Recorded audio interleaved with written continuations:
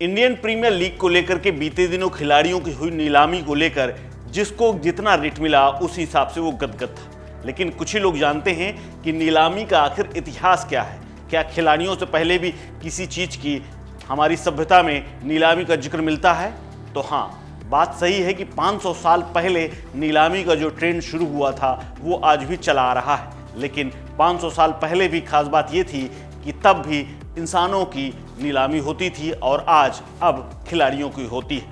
तब रोते गाते बिलखते लोग एक दूसरे से बिछड़ते थे, लेकिन आज इसी नीलामी को लोग हाथों हाथों और खुशी खुशी स्वीकार कर रहे हैं। नमस्कार, मैं हूं कुलदीप द्विवेदी और आप देख रहे हैं one India Hindi. Indian Premier League यानी कि आईपीएल में खिलाड़ियों की खबर बीते दिनों खूब पैसा बरसा और इस बात की खबर ये भी निकल के आई कि एक विदेशी खिलाड़ी को करीब 18.5 करोड़ रुपए में खरीदा गया। उसका नाम था सैम करन, जिनकी 18.50 करोड़ की गोली लगी। इसके अलावा कई खिलाड़ियों को इतना पैसा मिला कि वो फूले नहीं समा रहे। साल 2023 में हुई इन खिलाड़ियों की नीलामी होते देख प्रशंसकों को भी खूब मजा आया। कई दिनों से क्रिकेट पसंद करने वाले लोग इस बात की चर्चा करते रहे कि आखिर इतना पैसा कैसे नीलामी में मिल जाता है। तो आइए आपको बताते हैं कि आखिर इस नीलामी की प्रथा की शुरुआत कब हुई और कैसे हुई, कब इस शब्द का इजाद किया गया। दरअसल नीलामी शब्द की शुरुआत खोजने पर एक रोचक तथ्य सामने आया है। न्यूज़ 18 की एक खबर बताती है कि संस्कृत में नीलामी शब्द या इसके समानार्थ में कोई शब्द नहीं मिलता है। कई विद्वान भी इसके बारे में चर्चा करते हैं, लेकिन अधूरी रह जाती है। विद्वानों का स्पष्ट मानना है कि नीलामी का चलन भारतीय समाज में नहीं शुरू हुआ था, क्योंकि ज्ञान या बलपूर्वक भले ही दूसरों के अधिकारी वाली चीज़ें और वस्तुओं पर हक जमाने और उन्हें छीन लेने का भारतीय इतिहास रहा हो, लेकिन किसी वस्तु या व्यक्ति के ज़्यादा मूल्य दे करके उसको हासिल करने की कथाएं कहीं नहीं मिलती। यानी प्राचीन भारत में भी इसका प्रचलन या इसका कोई संदर्भ नहीं मिलता है। अगर दुनिया के इतिहास पर नीलामी को लेकर नजर डालें तो सबसे पहला जिक्र मिलता है बेबीलोन का, जिसे अब बेबीलोनिया कहा जाता है। ईसा से तकरीबन 500 साल पहले नीलामी का जिक्र यहीं शुरू हुआ था। बेबीलोनिया में लोग इसी तरीके से तमाम स्त्रियों की खरीद फरोख्त करते थे और उनकी खूबसूरती के हिसाब से उन्हें नीलाम किया जाता था। कहा जाता है कि उनसे नीलामी में खरीदने वाला उनसे विवाह करता था और उसके बाद अपने परिवार को आगे बढ़ाता था। ये प्रथा तब से शुरू हुई। उसके बाद इसका जिक्र मुगल काल में भी मिलता है, जब महिलाओं को युद्ध में जीतकर और परास्त राजा की महिलाओं और उसकी रानियों को ला करके नीलाम किया जाता था। साथ ही वेश्यावृत्ति से लेकर महिलाओं से तमाम काम लिए जाते थे। रोमन सभ्यता में भी नीलामी का चलन रहा है। रोमन साम्राज्य में अलग अलग कारणों से लोगों की संपत्तियों को नीलाम करने के साथ ही राज्य के लिए धन उगाही का काम किया जाता था।